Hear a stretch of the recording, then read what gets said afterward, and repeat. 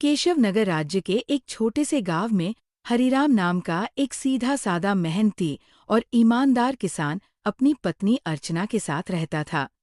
खेती किसानी करने के साथ साथ वो अपनी बैलगाड़ी पर बैठकर शहर में लकड़ी भी बेचने जाया करता था।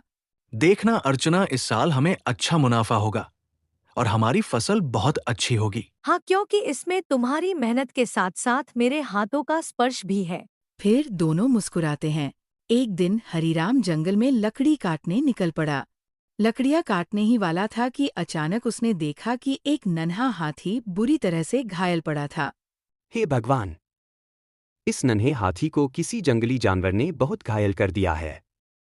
इसका पूरा पैर खून से लथपथ है। वह नन्हे हाथी के पास बैठ गया और उसको देखकर बहुत दुखी हुआ। उसकी मदद करने की कोशिश करता है। तभी वहां एक साधु प्रकट हुआ। कौन हो तुम और इस हाथी से बातें क्यों कर रहे हो? प्रणाम महाराज, मैं हरिराम हूँ। जंगल में लकड़ियां लेने आया था और इस मासूम को घायल देखा तो रहा नहीं गया। साधु मुस्कुराए और बोले, बहुत कम लोग होते हैं जिनके मन में जानवरों के प्रति भी इंसानियत होती है। रुको। इतना कहकर साधु ने मंत्र पढ़ा। जादुई मंत्र पढ़कर उस हाथी के बच्चे पे फेंकता है। नन्हे हाथी के जख्मों को ठीक कर दिया। अब ये नन्हा हाथी बोल सकता है, इसका दर्द तुमसे साझा कर सकता है। इतना कहकर साधु वहां से चले गए।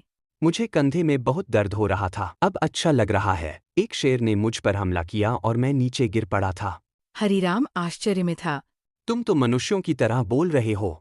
जब साधु ने मंत्र पढ़ा तब मुझे यह शक्ति मिली। अब मैं तुम्हारे साथ रहना चाहता हूँ। तुमने मेरी जान बचाई है। ठीक है, मैं तुम्हें गोलू नाम से पुकारूंगा। चलो घर चलें। घर पर अर्चना भी पहले तो हैरान हुई, लेकिन जब गोलू ने उसे भाभी कहकर पुकारा तो वह मुस्कुरा दी। समय बीतने लगा।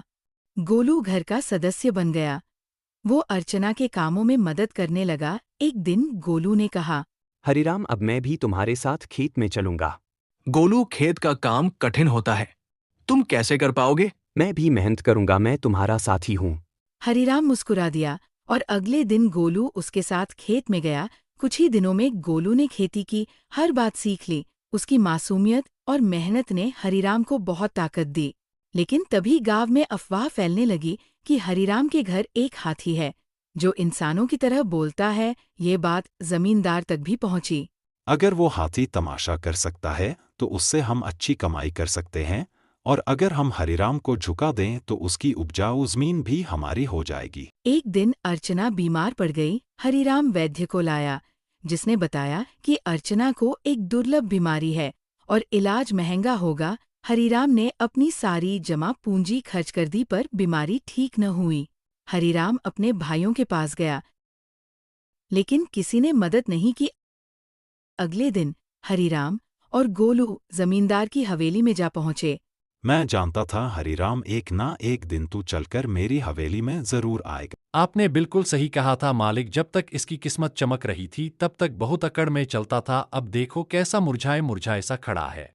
तुम्हें किसी की हालत का मजाक उड़ाने का हक नहीं है। लोग तुम्हारा सम्मान करते हैं, तुम्हें भी दूसरों का सम्मान करना चाहिए, समझे? तू बकवास बंद कर। तू इंसानों की तरह बोलता है, इसका मतलब यह नहीं है कि तू इंसान बन गया है। हाँ हरिराम, बताओ क्यों आए हो? क्या बताएं? आपको तो सब पता है। मेरी पत्नी बीमार है, सारा धन इलाज में चला गया। कुछ धन की आवश्यकता है। मेरी शर्तें सुन लो। ब्याज 50% और बदले में कुछ गिरवी रखना होगा। अब मेरे पास कुछ बचा है क्या जो गिरवी रखूं? तेरे पास 2 बीघा जमीन है, उसे गिरवी रखो। वक्त पर कर्ज चुकाएगा तो जमीन तेरी वरना मेरी। हरिराम सोच में पड़ गया। तुम किसी की मजबूरी का फायदा उठा रहे हो। ऐसे तो हरिराम कभी कर्ज ही नहीं चुका पाएगा। हरिराम, चलो मेरे साथ, यह कर्ज मत लो। गोलू, मेरे पास अब और कोई चारा नहीं है। अरे तुम बस चलो तो मैं तुम्हारी मदद करूंगा। अगली सुबह गोलू जंगल में गया और शाम तक नहीं लौटा। हरिराम और अर्चना चिंतित हो गए, पर सुबह सुबह गोलू लौट आया हाथ में एक जड़ी बूटी के साथ। मैं यह औषधि को ढूंढ कर लाया हूँ, यह अर्चना को पिलाओ। हरिराम ने अर्चना को औषधि दी और चमत्कार हुआ। अर्चना पूरी तरह स्वस्थ हो गई और इस बार हरिराम की फसल भी बहुत अच्छी हुई। ये देख जमींदार और उसके भाइयों को बहुत गुस्सा। अब हरिराम को खत्म करना पड़ेगा। भीमा, उसे खेत में ही मार डालो। अगली सुबह भीमा खेत में आया। जैसे ही उसने बरछा हरिराम की ओर फेंका गोलू बीच में कूद पड़ा और वार अपने ऊपर ले लिया। गोलू नहीं, तुमने अपनी जान क्यों दी? क्योंकि तुम मेरे सच्चे साथी हो। गोलू की जान चली गई, तभी साधु वहां प्रकट हुआ।